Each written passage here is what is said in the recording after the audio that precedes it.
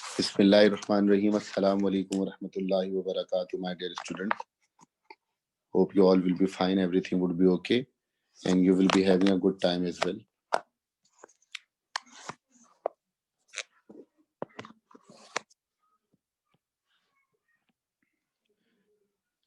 बेटे को ये मुझे दो सवाल पूछने हैं. Is there anyone who would like to raise the hand?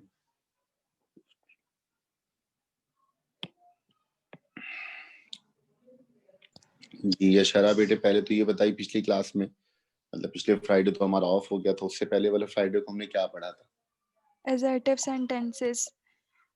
अच्छा, नरेशन के अंदर वी स्टार्टेड असर्टिव सेंटेंसेस. जी. इंटरोगेटिव हमने नहीं पढ़ा. नहीं. इंटरोगेटिव और इंपेरेटिव नहीं हुआ. ठीक है बेटे. और ये बताइए पिछला जो टेस्ट था हमारा वो क्या हुआ था? अंडर द वो सेवेरेज of man of Samson Agonistes था. जी. Phrasal verb 76 to 100. अच्छा बेटे, ठीक है, बहुत शुक्रिया, थैंक यू बेटा.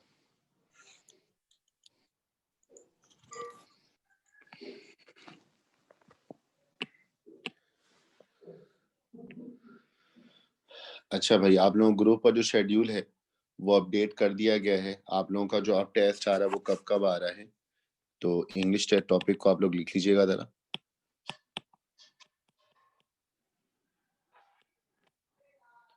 English test topics. एक टेस्ट आपका होगा 5/1/2021, यानी एक टेस्ट आप लोग का ट्यूसडे को होगा. ठीक है. इसके अंदर टॉपिक आपके पास शामिल है music, when soft voices die, और सेकेंड है दी सॉलिटरी रीपर.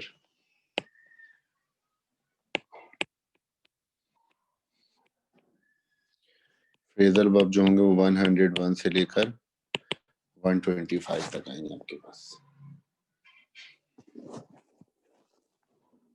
ठीक है. और नरेशन शामिल रहेगा.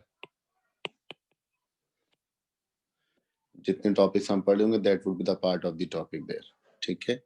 उसके बाद आप लोगों का जो टेस्ट है वो अगला टेस्ट होगा आप लोगों का 26 तारीख को, 26/1/2020. ये एक टेस्ट हो गया आप लोगों का. उसके बाद जो टेस्ट होगा वो प्रो सेक्शन के अंदर, इसका रिटर्न टेस्ट आप लोगों का नहीं हुआ होगा, वो है 20 मिनट्स with Mrs. O'Kenton.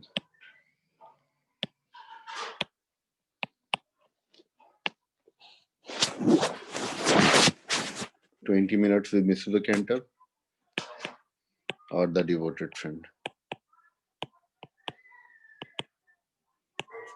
इसके अलावा फ्रेजल वर्ब जो होंगे वो 126 से लेकर 150 तक और नरेशन.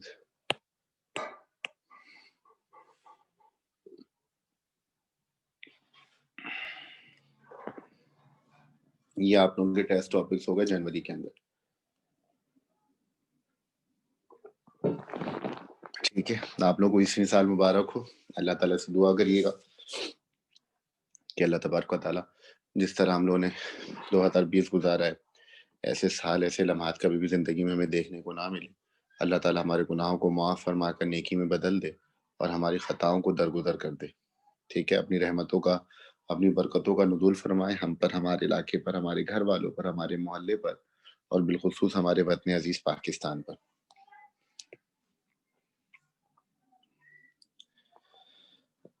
अच्छा बेटे, अब हम चलते हैं लेक्चर की. लेक्चर के अंदर हमारे पास जो आज टॉपिक है वो ये है कि हमने सेकंड टाइप ऑफ सेंटेंस जो पढ़ा हुआ था दैट वाज इंटरोगेटिव सेंटेंसेस. ठीक है.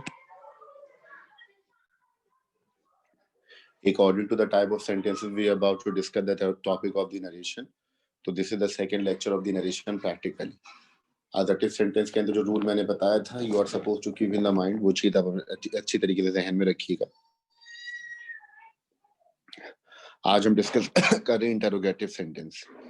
अब अगर मैं इसका रिदम बनाता हूँ आप लोगों को, तो रिदम हमारे पास क्या बनेगा, देखिए जो इंटेरोगेटिव वर्ड है, this word has been taken from the word interrogate, और इंटेरोगेट जो होता है बेटे ये पार्ट्स ऑफ स्पीच क्लास से वर्ब कहलाता है, इसी से वर्ड बना हुआ है इंटेरोगेशन, जिसको हम पार्ट्स ऑफ स्पीच क्लास से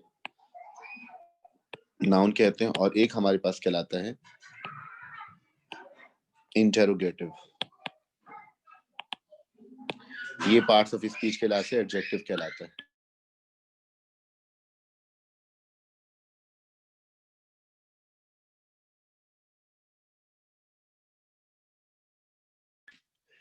तो ये जो इंटेरोगेटिव वर्ड है बेटे, basically this word has been taken from the word interrogate. Interrogate जो होता है ये पार्ट्स ऑफ स्पीच क्लास से वर्ब कहलाता है, इंटेरोगेशन जो होता है ये पार्ट्स ऑफ स्पीच क्लास से नाउन कहलाता है, और एक वर्ड होता है इंटेरोगेटिव जिसको पार्ट्स ऑफ स्पीच क्लास से एडजेक्टिव कह रहे होते हैं। अब इंटेरोगेट का मतलब होता है टू आस्क समथिंग और टू इंक्वायर समथिंग,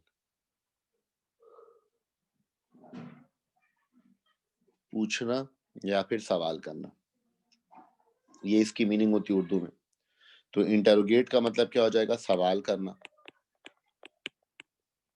इंटेरोगेशन का मतलब क्या हो जाएगा, सवाल, और इंटेरोगेटिव का मतलब हो जाएगा सवालिया। तो इंटेरोगेटिव सेंटेंसेस को उर्दू में हम क्या कहेंगे, सवालिया जुमले। Interrogative sentences in Urdu we mean it सवालिया जुमले, ये इसकी बेसिक मीनिंग होगी उर्दू के अंदर, ठीक है। अच्छा, पूरी इंग्लिश के अंदर we have two types of interrogative sentence, हमारे पास दो किस्म के इंटेरोगेटिव सेंटेंस होते हैं। एक हमारे पास कहलाता है सिंपल इंटेरोगेटिव सेंटेंसेस, और दूसरा हमारे पास कहलाता है रियल इंटेरोगेटिव सेंटेंसेस, ठीक है। We have two types of interrogative sentences in English. English के अंदर इंटेरोगेटिव सेंटेंसेस दो किस्म के होते हैं, जैसे अडजेक्टिव सेंटेंस दो किस्म के होते हैं, but in the same way interrogative sentences भी दो किस्म के होते हैं।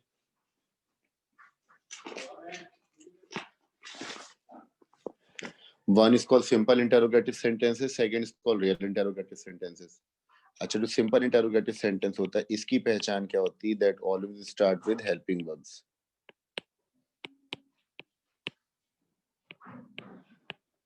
और रियल इंटेरोगेटिव सेंटेंस जो होता है that always start with WH words. अब एक कॉमन सी क्लासिफिकेशन क्या होती है कि भाई जिस जुमले के आखिर में सवालिया निशान हो तो वो तो इंटेरोगेटिव कहलाता है, it's okay, there will be no problem, there will be no mistaking there. लेकिन अब इंटेरोगेटिव भी दो किस्म के होते हैं, अब उसको कैसे पहचानना, तो याद रखिएगा there are two types of interrogative बेटे।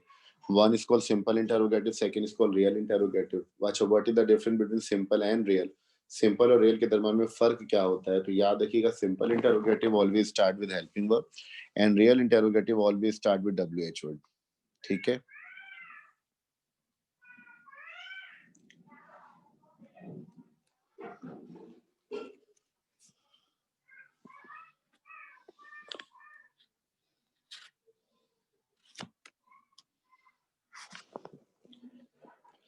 अब हेल्पिंग हमारे पास कौन कौन से होते हैं बेटे, is, am, are, was, were, can, could, may, might, will, shall, have, had,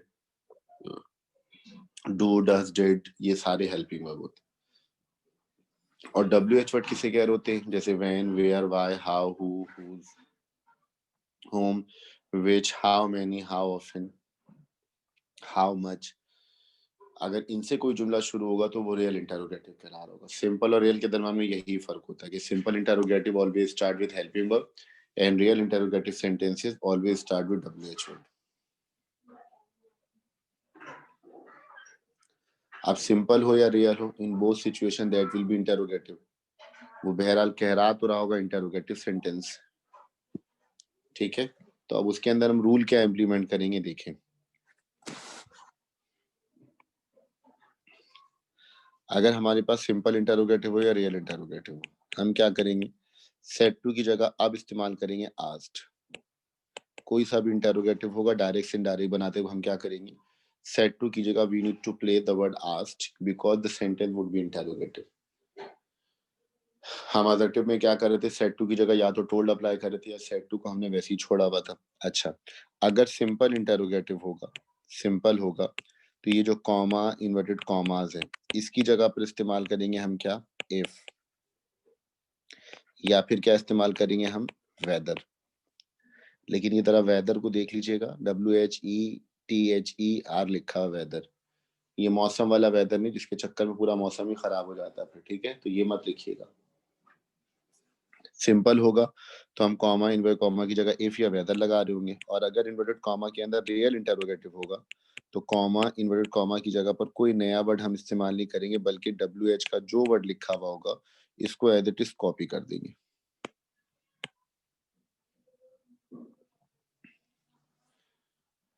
ठीक है, I repeat, either you find simple interrogative और रियल इंटरोगेटिव। हम सेट टू को जब डायरेक्ट से इनडायरेक्ट बनाएंगे तो बेटे सेट टू की जगह क्या लिखेंगे, आस्क लिखेंगे। अगर सिंपल इंटरोगेटिव होगा तो कॉमा इन्वर्टेड कॉमा की जगह या तो इफ लगाएंगे या फिर वेदर लगाएंगे, और अगर रियल इंटरोगेटिव होगा तो हम कॉमा इन्वर्टेड कॉमा को वैसे ही ओपन कर देंगे, वैसे ही हटा देंगे, और WH का जो वर्ड होगा एज इट इज हम लिख देंगे। यानी रियल इंटरोगेटिव के अंदर कॉमा इन्वर्टेड कॉमा की जगह पर कोई नया वर्ड इस्तेमाल नहीं किया जाता। ठीक है, लेकिन इसके बाद जो सबसे इंपॉर्टेंट पॉइंट है वो हमारे पास क्या है, मैं आपको नीचे रेड कलर से दिख रहा हूँ, वो सबसे ज्यादा एहतियात रखिएगा कि जब हम इंटरोगेटिव सेंटेंसेस को, when we make the indirect speech of interrogative sentences, तो we need to take care of one thing. एक चीज का ख्याल और रखना पड़ता है बेटे, और वो ख्याल ये होता है कि इंटरोगेटिव सेंटेंस की फॉर्मेशन भी चेंज होती है। फॉर्मेशन का मतलब क्या होता है कि जब इंटरोगेटिव सेंटेंसेस को डायरेक्ट से इनडायरेक्ट में कन्वर्ट किया जाता है तो इसको असर्टिव में कन्वर्ट कर देते हैं। ये बात याद रखिएगा, ये this is the most important point that should be kept in the mind very properly.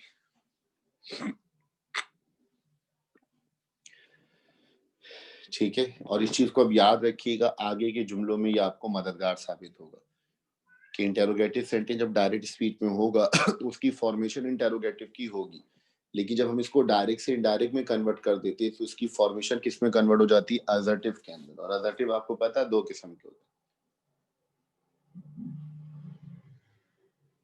एक पॉजिटिव कहलाता है, एक नेगेटिव कहलाता है। That was the last lecture of arts. हमारा पिछला लेक्चर जो है इसी पर बेस कर रहा था। ठीक है, अब इसके लिए करना क्या पड़ेगा, इसके लिए मैं आपको एक जुमला याद करवा रहा हूं, आप उस जुमले को याद कर लें या चाहे लिख लें, आपके ऊपर डिपेंड कर रहा होता है। ठीक है,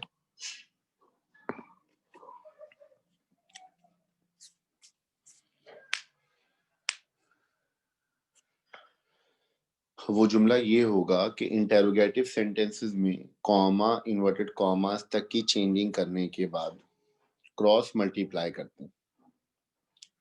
इंटेरोगेटिव सेंटेंसेस में कॉमा इन्वर्टेड कॉमास तक की चेंजिंग करने के बाद क्रॉस मल्टीप्लाई करते हैं।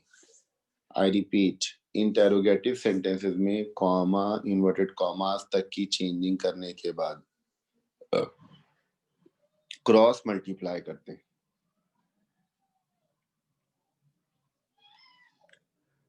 इस जुमले को अगर आप याद कर सकते हैं तो याद कर ले, वरना लिख कर याद कर लीजिएगा, it would help you out there.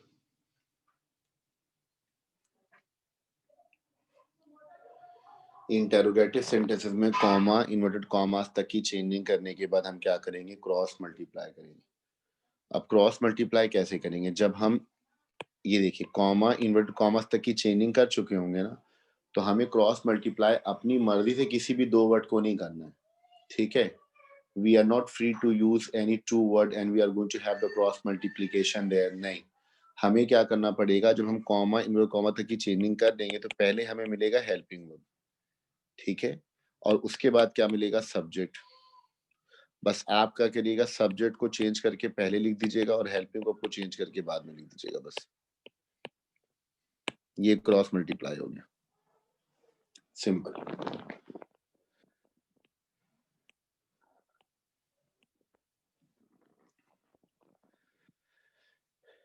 अपनी मर्जी से किसी भी दो जुमले को, किसी दो वर्ड को हम क्रॉस मल्टीप्लाई नहीं करेंगे बेटे।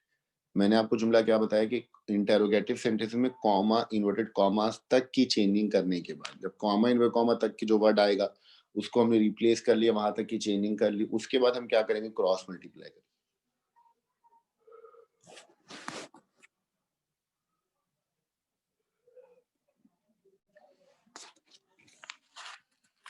क्रॉस मल्टीप्लाई में क्यों चेंज करेंगे, क्रॉस मल्टीप्लाई हम क्यों करेंगे, what is the reason behind it, इसके पीछे रीजन क्या होगा? तो वो याद रखिएगा कि जो इंटरोगेटिव को असर्टिव में कन्वर्ट कर रहे हैं ना, इस बिना पर ये रूल इंप्लीमेंट किया जाता है। अब वो कैसे होगा, मैं आपको एक जुमला इसी स्क्रीन पे लिखता हूँ, बाकी मैं क्या करूंगा अगले स्क्रीन पे लिख देता हूँ, ताकि आपको यहाँ पर सामने बोर्ड पर आपको चीज समझ में आ जाए। मैंने सेंटेंस नंबर 1 लिखा,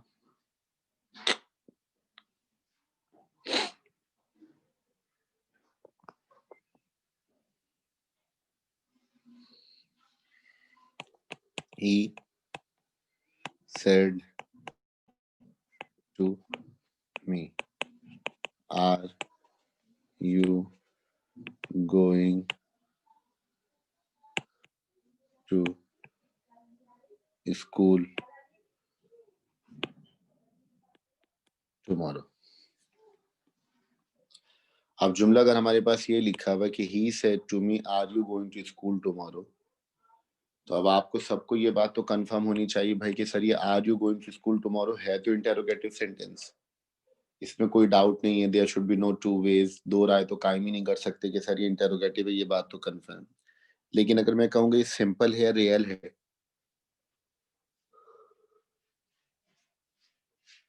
व्हाट वुड यू रिप्लाई?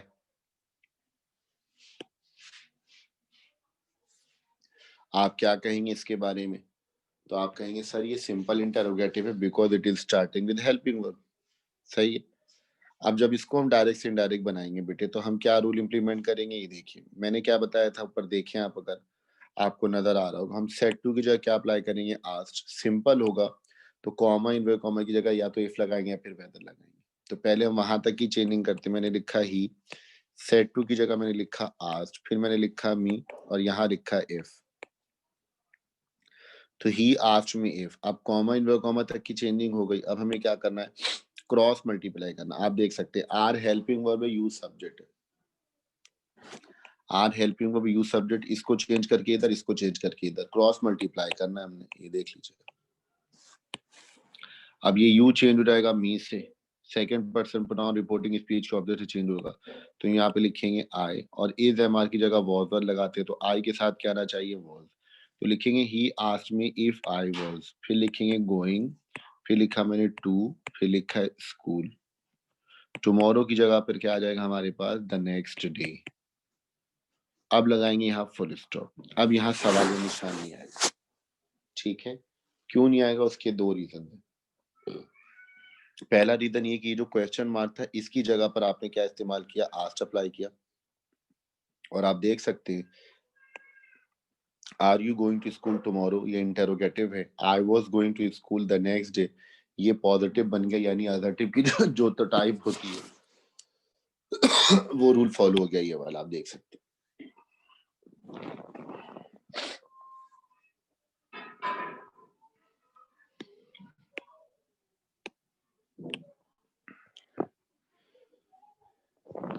सही है। तो आई एम श्योर कि आपको ये समझ में आ गया होगा। मैं आपको और प्रैक्टिस करवा देता हूँ और दो चार जुमले की एग्जांपल आपको देता हूँ। सेंटेंस नंबर 1 हो गया, sentence number 2,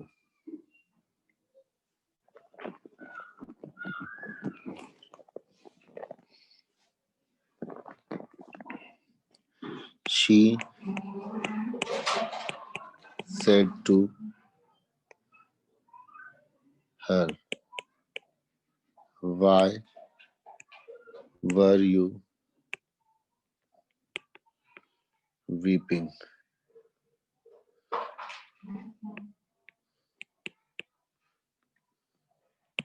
yesterday? Sentence number 3,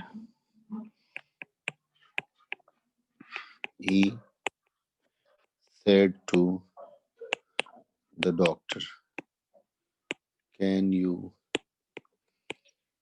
spare me a few minutes? 4, the student said to the teacher, shall we come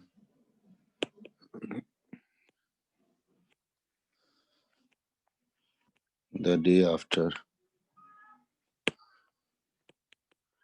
tomorrow. अब पहला जुमला लिखा हुआ she said to her, why were you weeping yesterday? तो why were you weeping yesterday, पहली बात तो this is interrogative और दूसरी बात this is real interrogative because it is starting with WH word. तो ये बात क्लियर है. फिर तीसरे जुमले लिखा हुआ he said to the doctor, can you spare me a few minutes? ये interrogative तो है लेकिन simple है because it is starting with helping verb. The student said to the teacher, shall we come the day after tomorrow? ये interrogative है लेकिन simple है क्योंकि ये helping verb से शुरू हो रहा है. हम अपना रूल वही रखेंगे जब डायरेक्ट से इनडायरेक्ट बनाएंगे. सेट टू की जगह हमें लगाना है आस्क्ड. सिंपल होगा तो in place of comma inverted comma we need to apply if और वेदर, जो डिपेंड करेगा हम लगाएंगे. और रियल में क्या करना पड़ेगा, WH का word as it is copy कर देंगे. इन्वर्टेड कॉमास की जगह पर कोई नया वर्ड इस्तेमाल नहीं किया जाएगा. तो हम यहाँ पर क्या लिखेंगे, शी. सेट की जगह लिखेंगे आस्क्ड हर. अब कॉमा इन्वर्टेड कॉमा को हटा के WH का जो वर्ड लिखना था हमने वैसे ही कॉपी कर दिया. फिर हमने इसमें लिखा ही. सेट टू की जगह मैंने लिखा आस्क्ड. फिर क्या लिखा, द डॉक्टर. सिंपल इंटरोगेटिव था तो कॉमा इनवर्टेड कॉमा की जगह मैंने क्या इस्तेमाल किया,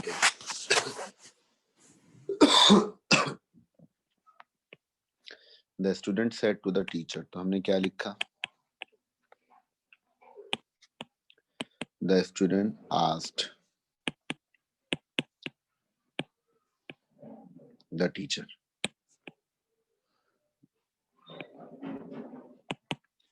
सिंपल है तो कॉमा इनवर्टेड कॉमा की जगह मैंने क्या लगा दिया, इफ लगा दिया.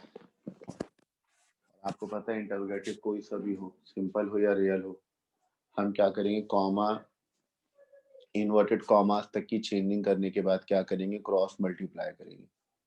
और क्रॉस मल्टीप्लाई हम अपनी मर्जी से किसी भी दो वर्ड को नहीं करेंगे, बल्कि सबसे पहले हमें हेल्पिंग वर्ब मिलेगा, बाद में सब्जेक्ट मिलेगा, हम उसको क्रॉस मल्टीप्लाई करेंगे. अब देखिए ये वर्ड हेल्पिंग वर्ब है, ये यू है, इसको यूं कर देंगे, इसको यूं चेंज करेंगे, और ये देखिए ये इसको यूं चेंज करेंगे. अब यू को चेंज करेंगे हर से, क्योंकि सेकंड पर्सन प्रोनाउन है, तो यहाँ पे लिखेंगे शी. और वॉज वर्ड की जगह पर आता है हैड बीन, तो लिखेंगे she asked her why she had been weeping. Yesterday की जगह पर क्या आ जाएगा, the last day, the previous day, the day before. अब यहाँ आ गया फुल स्टॉप, क्योंकि क्वेश्चन मार्क की जगह हमने आस्क्ड अप्लाई कर लिया. और ये जो लिखा हुआ ना, were you weeping yesterday, interrogative था, इसको हमने कन्वर्ट कर दिया किसके अंदर, अजर्टिव के अंदर. आप देख सकते हैं.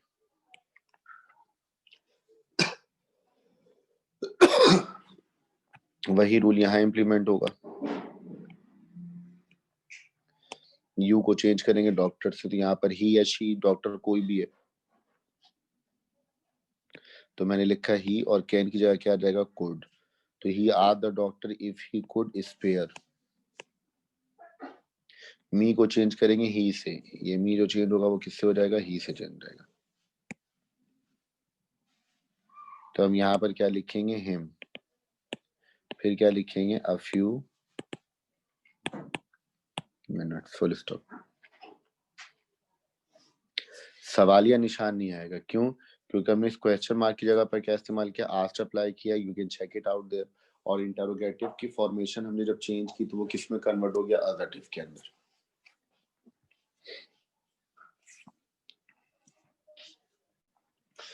इसी तरह चौथा जुमला लिखा, the student said to the teacher, the student asked the teacher. Comma in comma में इफ आ गया, क्रॉस मल्टीप्लाई. अब वी को चेंज करेंगे, वी सा फर्स्ट पर्सन प्रोनाउन है, तो रिपोर्टिंग स्पीच के सब्जेक्ट यानी स्पीकर से चेंज हो जाएगा.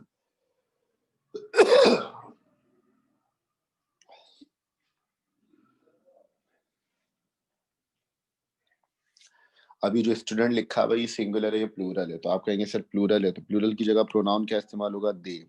विल शेल की जगह क्या लगाते हैं, वुड, तो हम लिखेंगे they would come the day after the next day. अब फुल स्टॉप आ जाएगा.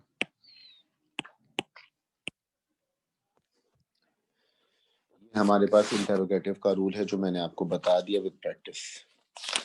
एग्जाम्पल मैंने आप लोगों को दे दी, अगर किसी को कोई सवाल पूछना है तो यू कैन आस्क।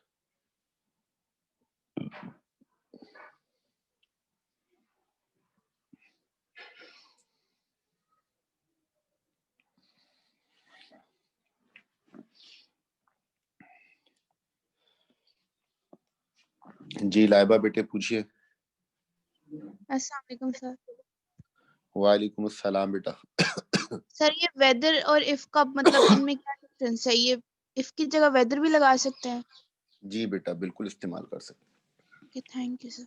कोई फर्क नहीं है दोनों में।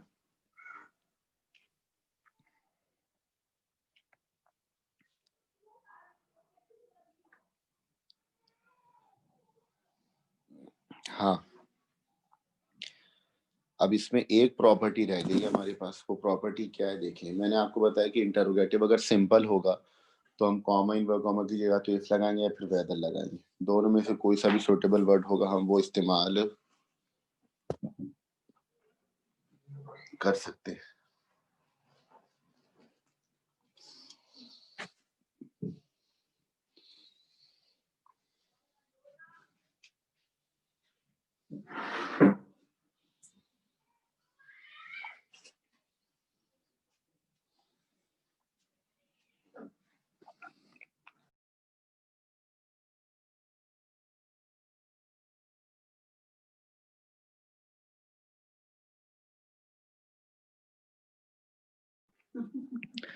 अच्छा सिंपल इंटरोगेटिव होता है तो हम कॉमा इनवर्ट में या तो इफ लगाते हैं फिर वेदर लगाते हैं। अच्छा इफ और वेदर में कोई फर्क नहीं बेटे, ठीक है सही है। अब मेरे ख्याल में तो आपको ये चारों जुमले समझ में आ गए होंगे, लेकिन अब मैं आपको एक एग्जांपल ऐसा दे रहा हूँ जिसके अंदर आपको इफ नहीं लगाना है, वहां पर आपको वेदर ही इस्तेमाल करना है, वहां पे बाउंड हो जाएंगे। कैसे देखें।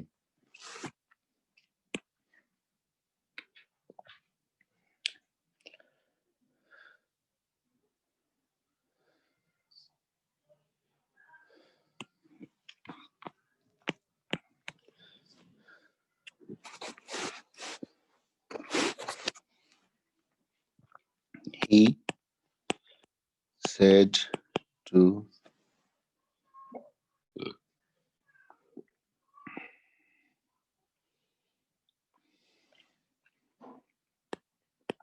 me.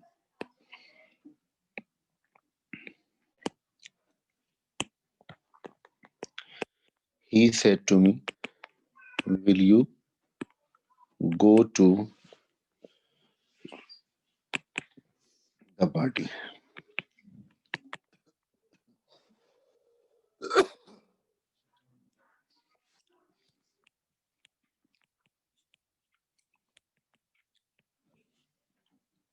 If I ask you.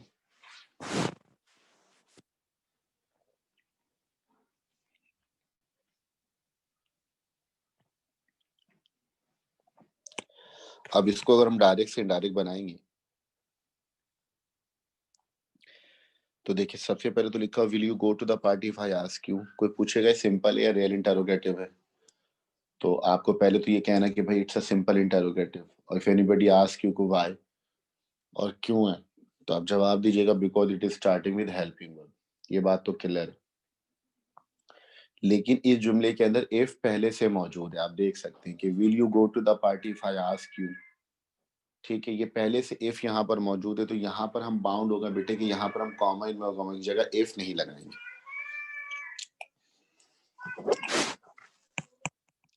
तो हम क्या लिखेंगे ही आस्क्ड मी, और कॉमा इन कॉमा क्या लगाएंगे, अब हम यहाँ पर वेदर लगाएंगे क्योंकि इफ पहले से यहाँ पर मौजूद है।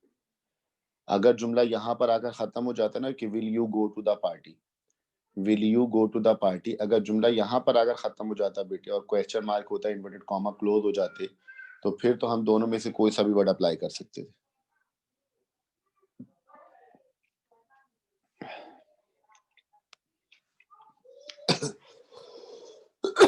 सही है, लेकिन चूंकि आगे दिया हुआ इफ पहले से मौजूद है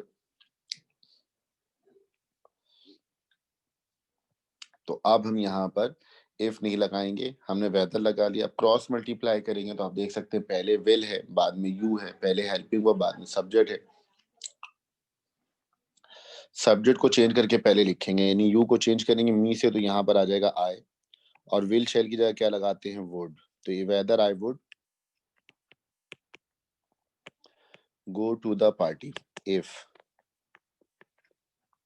अब आई को चेंज करेंगे इस वाले ही से, तो यहाँ आ जाएगा ही, वर्ब की फर्स्ट फॉर्म की जगह लगाते हैं सेकंड फॉर्म, तो हम क्या लिखेंगे, आस्क्ड। यू को चेंज करेंगे मी से, तो फिर यहाँ पर आ जाएगा मी।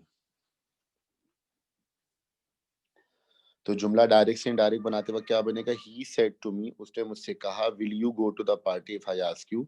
तो he asked me whether I would go to the party if he asked मी।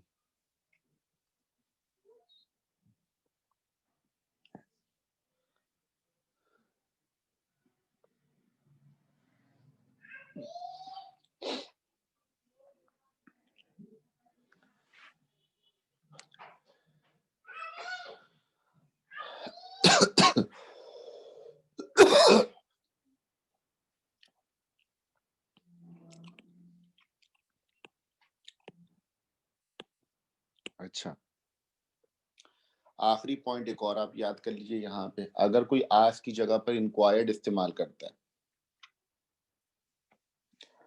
और इफ की जगह वेदर लगा लेता है, तो उसमें कोई मुजायका नहीं है, वो जुमला इस्तेमाल किया जा सकता है। जरूरी नहीं कि हर जुमले में आस्क्ड अप्लाई हो, इंक्वायर्ड को भी इस्तेमाल किया जा सकता है, और इंटेरोगेटेड का भी वर्ड अप्लाई किया जाता है, यानी सवाल पूछने के लिए जो जो वर्ड सिनोनिम के तौर पे इस्तेमाल होते हैं, तो यू में यूज दीज वर्ड, दो वर्ड आप वहां पर इस्तेमाल कर सकते हैं। बस क्रॉस मल्टीप्लाई वाला रूल अगर भूल गए, क्योंकि ये जो पॉइंट मैंने आपको बताया है अभी, आपके सामने स्लाइड मैंने शेयर किया, आप देख सकते हैं।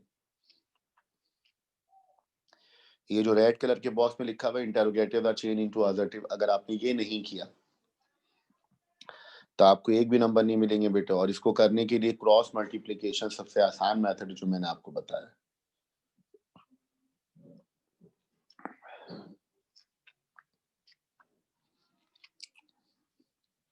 ठीक है, that was the second lecture. अगर पिछले फ्राइडे को छुट्टी नहीं होती तो 3 लेक्चर हमारे मुकम्मल हो चुके होते, हम एक नया टॉपिक शुरू करते। तो अगर कोई सवाल है तो you may ask, otherwise I am signing off.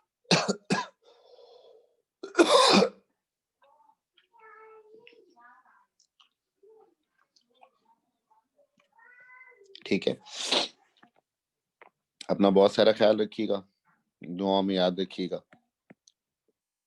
अल्लाह तबारक व तआला आपका, आपके घर वालों का और बिलखुसूस आपके वालिदैन का हामी और नासिर हो। अब्दुल्ला साजिद बेटे कुछ कहना चाह रहे हैं? सर स्लाइड शेयर कर देंगे।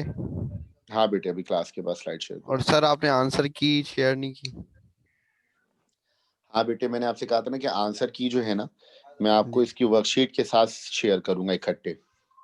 अच्छा सर, ठीक है सर, थैंक यू। हाँ, क्योंकि मुझे ये लगा था कि आप लोगों ने नरेशन के अंदर इंटेरोगेटिव और अजर्टिव और इम्पेरेटिव तीनों पढ़ लिए थे, लेकिन लेक्चर के अंदर जब मैंने हिस्ट्री में जाकर चेक किया तो आप लोगों ने सिर्फ अजर्टिव पढ़ा हुआ था। तो आप लोगों को जो नोट्स के अंदर जुमले दिए गए हैं, बहुत सारे बच्चों ने गज वगैरह नहीं बनाकर दे दिए हैं मुझे। इट्स अ गुड साइन, बहुत अच्छा लगा आप लोगों का फीडबैक मुझे कि आप लोगों ने जमा करा दिया है। अब वो टाइम आफ्टर टाइम में चेक करके आपको भेज दूंगा।